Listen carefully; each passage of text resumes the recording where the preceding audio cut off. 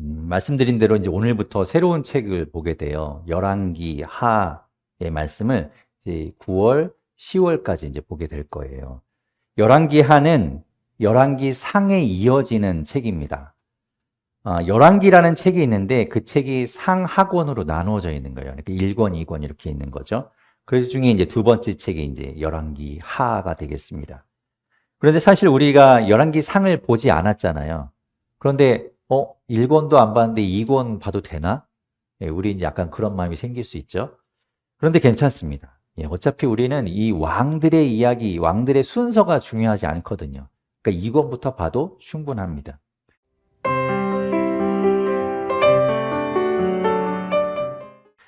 실제로 제가 보니까 우리 교회에서 열왕기 상하, 이 열왕기서를 가지고 설교한 적이 한 번도 없더라고요. 예, 뭐 제가 게을러서가 아니라 열왕기 말고도 사실 안 본 책이 아직도 많이 있습니다. 성경이 몇 권으로 되어 있냐면 66권으로 되어 있죠. 예, 구약이 39권, 신약이 27권. 그런데 그 성경의 전체 장수, 그러니까 페이지 수 말고 한 장 한 장 되어 있는 그 장수를 따지면 1189장으로 되어 있어요. 그러니까 그게 한 장당 한 주에 이렇게 설교한다고 해도 1189번을 설교할 수 있거든요. 그렇게 따지면 1년이 52주니까 22년 10개월 할 수 있습니다. 그러니까 아직도 많이, 저희 교회 아직 10년도 안 됐으니까 이게 아직도 안 본 책이 있는 게 당연한 거예요. 앞으로도 우리가 보아야 할 책이 많다는 거, 막 설레고 기대가 되죠. 자, 아무튼 우리가 이제 오늘부터 열왕기 하를 보게 되는데요. 열왕기라는 책이 무슨 책이냐면 왕들의 이야기입니다. 여기서 말하는 열자가 이 벌릴 열자거든요. 한자인데 우리가 왜 줄 세운다 이렇게 할 때 그때 쓰는 그런 열자예요. 그러니까 왕들의 이야기를 쭉 늘여놓고 그걸 줄 세워놨다. 그렇게 기록했다. 이런 뜻입니다.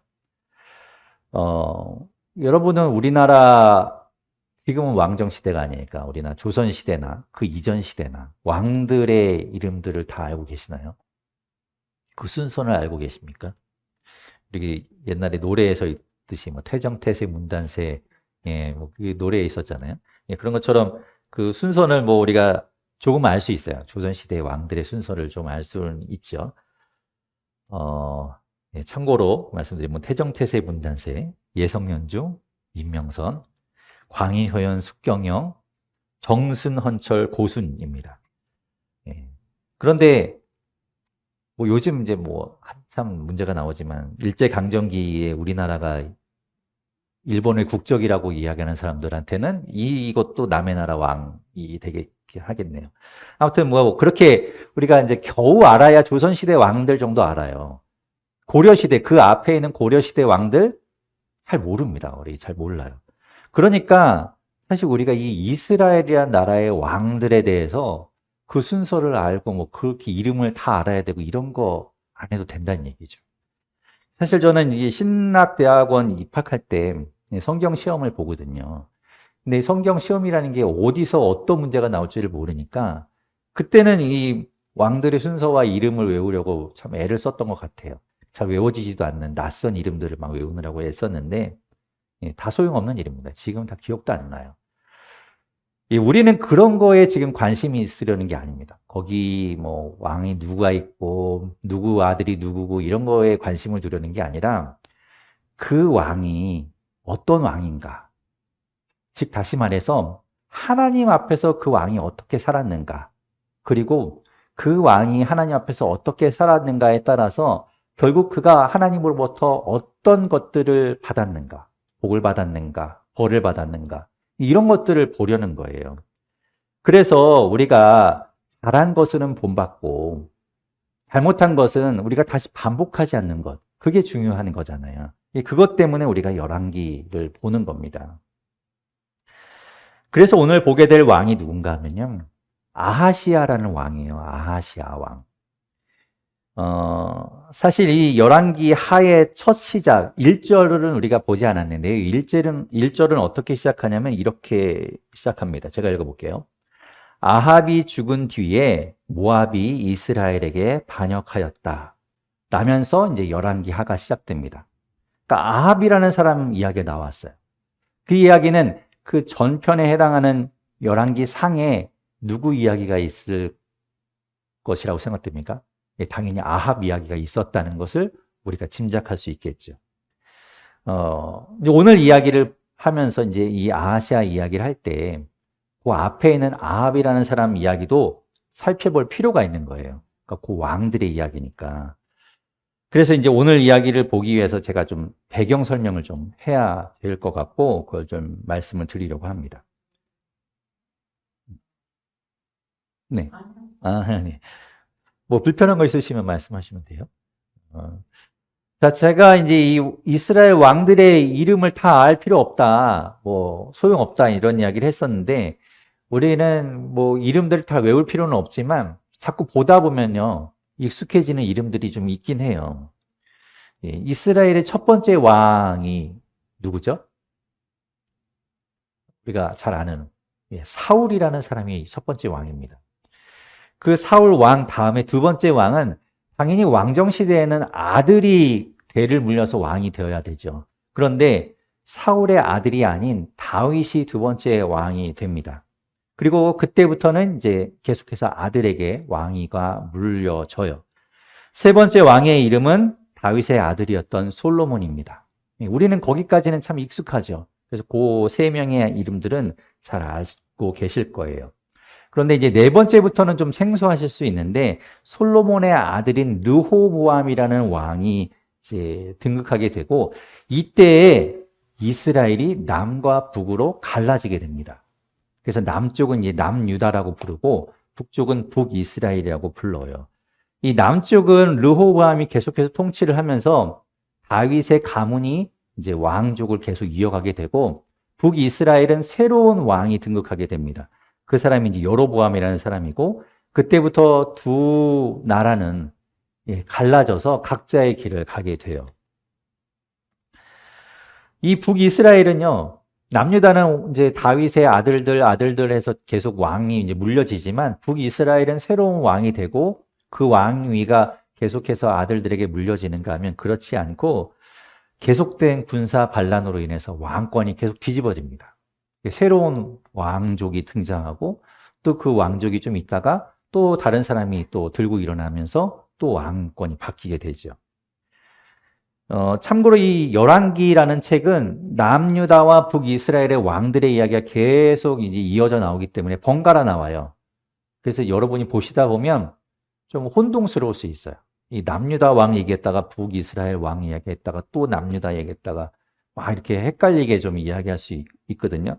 그런데 이제 역대기라는 책, 역대의 상하는 북이스라엘의 이야기를 다 빼버리고 남유다의 이야기, 그러니까 다윗의 가문에 대한 이야기만 합니다. 그러니까 그 이야기를 또 참고하시면, 남유다의 이스라엘의 정통성 있는 왕들은 누군가 이런 것들을 아실 수 있겠죠. 자, 그렇게 이제 북이스라엘의 왕들 가운데는 좀 특이한 왕들이 좀 있어요. 그 중에 이제 7일 동안 왕만 했던 사람이 있습니다. 7일 왕 하다가 죽고 끝난 사람이 있는데, 그 사람 이름이 시므리라는 사람이에요. 시므리. 뭐 씨앗을 시므리 이런 게 아니라 이름이 시므리입니다. 시므리. 그 사람은 7일 만에 왕위에서 물러나게 됩니다. 죽음을 당하게 되는데, 그 왕을 죽이고 다음에 왕이 된 사람이 오므리예요. 재밌죠? 다리를 오므리, 뭐 오므리라는 사람이 이제 왕이 됩니다. 그러면서 그 오므리라는 사람이 북이스라엘의 수도를, 디르사라는 곳에 있던 수도를 사마리아로 옮겨요. 그래서 우리가 이제 그때부터 사마리아라는 이름이 이제 익숙하게 되는 거죠. 사마리아가 이제 북이스라엘의 수도가 됩니다. 그리고 그 오므리라는 사람의 아들이 누군가 하면 아합인데요. 아합 왕이 북이스라엘의 왕들 중에서 아주 하나님 보시기에 악했던 왕 중에 한 사람입니다. 사실은 이 아합 왕보다 더 악한 사람이 있는데, 그 사람이 부인이었던, 왕비였던 이세벨이라는 사람이에요. 이 이세벨이 우상을 들고 들어와서요, 온 나라의 우상을 퍼뜨립니다. 그리고 아주 악한 일들을 많이 해요. 아주 잔인한 왕비였어요. 그래서 이제 그 아합과 이세벨 때 아주 종교적으로는 가장 어두운 시기를 보내게 됩니다. 어, 예.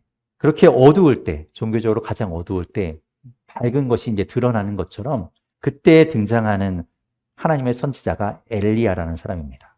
우리가 또 들어본 이름이죠. 엘리야. 오늘 본문에 또 나오는 사람이기도 합니다. 또 그렇게 이제 엘리야가 등장하고요. 아합과 또 북이스라엘의 사마리아, 그리고 오늘 등장하는 엘리야, 이런 이제 배경들을 가지고 이제 오늘 본문을 보게 되는 겁니다. 오늘 본문 그래서 이야기를 보면 2절부터 4절까지 한번 다시 읽어보면서 오늘이 어떻게 이야기가 시작되는지를 한번 살펴보도록 할게요. 2절부터 4절 함께 다시 한번 읽어보겠습니다. 시작. 아하시아가 사마리아에 있는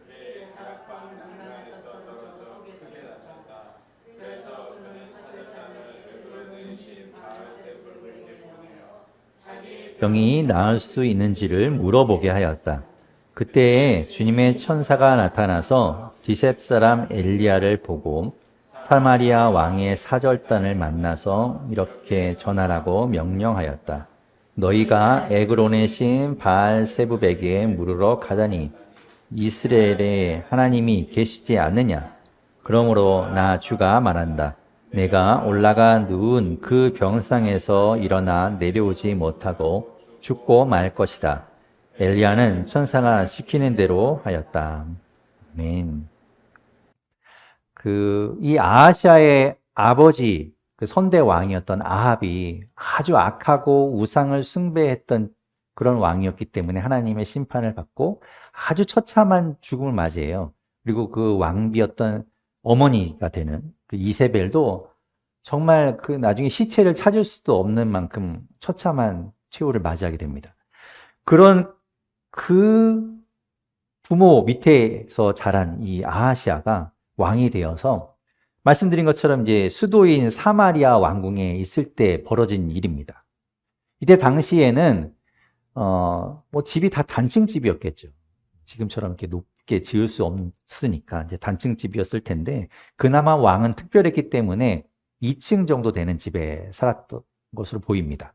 왕궁은 그 정도 높이가 됐는데 아마도 그 다락방 난간 뭐 떨어져 봐야 2층 높이, 3층 높이 정도에서 떨어졌겠죠.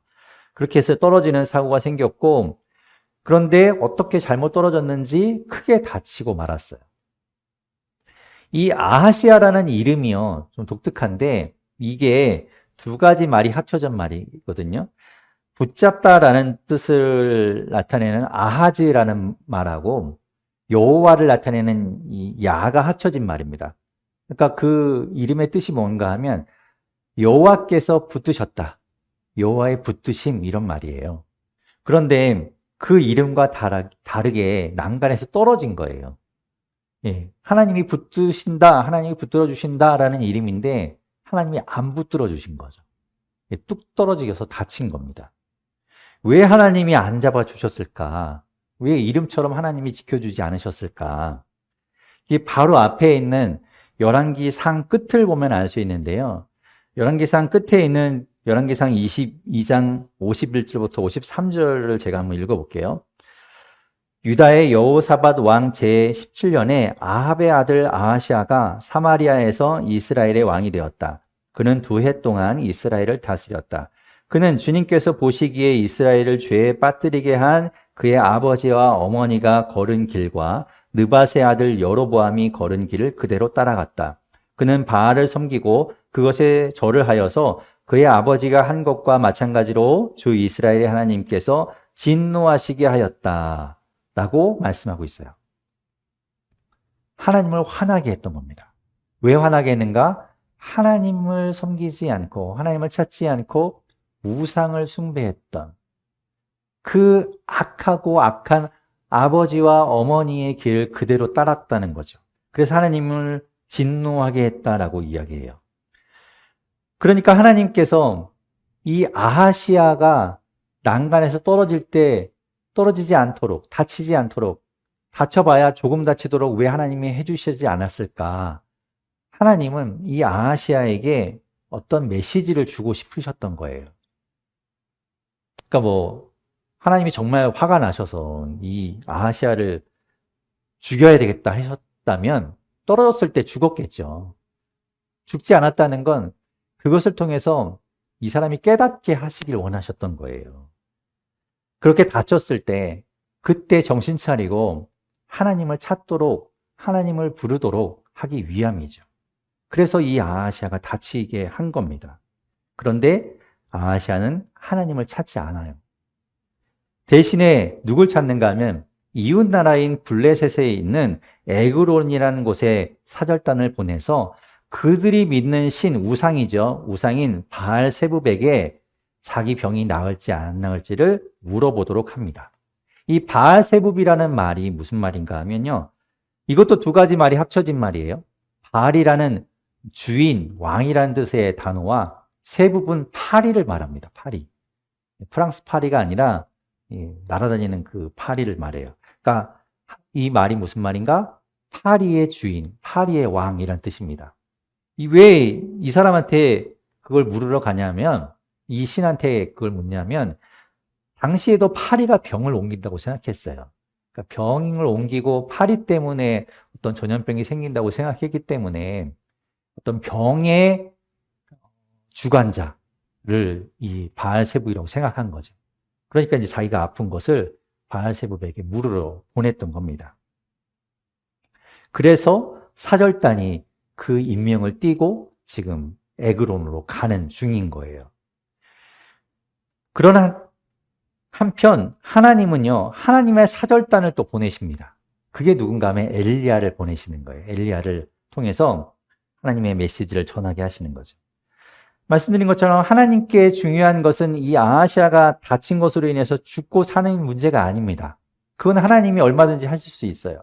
중요한 건 이 아하시아가 정신 차리고 하나님을 찾느냐 아니냐, 이게 더 중요한 문제이거든요. 그래서 하나님께서는 엘리야를 통해서 그에게 주시는 메시지를 말씀하시는데요. 그게 중요한 게 이겁니다. 이스라엘에, 이곳에 하나님이 계시지 않느냐, 이곳에 내가 있지 않느냐, 내가 있는데 왜 우상을 찾느냐, 병이 낫고 안 낫고 보다 나를 찾는 것이 더 먼저고 중요하다. 그것을 왜 모르느냐라고 하나님 말씀하신 것이죠. 그래서 그것을 찾지 않았기 때문에, 하나님을 찾지 않았기 때문에 내가 죽고 말 것이다 라고 말씀하고 있어요. 그게 하나님의 메시지입니다. 사절단이 가다가 엘리야를 만났어요. 두 사절단이 만났는데 이 엘리야의 이야기를 듣고 사절단은 왕에게 되돌아갑니다. 그리고 들은 이야기를 아하시아에게 전해줘요. 저는요, 이 사절단들은 다 죽었을 것 같아요. 아하시아 왕이 얼마나 화가 났겠어요. 자기가 시킨 일을 하지도 않고 중간에 엘리야 말 듣고 돌아온 거예요. 자기 말이 아니라 엘리야 말 들었잖아요. 그래서 아마 이 사절단 다 요절이 났을 것 같습니다. 아무튼 이 사절단도 이거 이러면 안 되겠다라고 생각한 거겠죠. 그러니까 죽을 걸 알면서도 각오하고 돌아간 거일 겁니다. 그런데 이 정작 아하시아는 그럼에도 불구하고 정신을 차리지 않아요. 하나님을 찾지 않습니다. 아하시아는 뚜껑이 열렸어요. 그야말로 이제 극노하게 되는 거죠. 내가 잘못했구나. 내가 하나님을 찾지 않았기 때문에 하나님께서 나에게 이런 메시지를 주시는구나. 내가 실수했구나. 지금이라도 하나님을 찾아야지. 하나님 앞에 나아가야지. 그런 사람이 아니었던 거예요. 아하시아는 살 수 있는 기회를 놓친 겁니다. 하나님 앞에 다시 나아갈 수 있는 그 기회를 사버린 거예요. 결국 아하시아는 어떻게 하는가? 당장 가서 그 엘리야를 잡아오라고 시킵니다. 그러면서 군사들을 보내는데요. 엘리야 한 사람을 잡기 위해서 군사 50명을 보냅니다. 그만큼 그가 화가 얼마나 치밀어 있는지를 알 수 있죠. 그래서 그 사절단이 가다가 돌아온 반역한 것을 생각하면서 아마도 자기와 가장 생각이 같은 최측근이라고 볼 수 있는 군 지휘관을 세워서 군사 50명을 대동하고 엘리야를 잡으러 보냈던 것 같습니다. 그들이 가서 이런 일이 벌어져요. 오늘 본문 9절부터 11절까지 같이 한번 9절부터 11절 읽어보도록 하겠습니다. 시작. 그리하여 왕은 50부장에게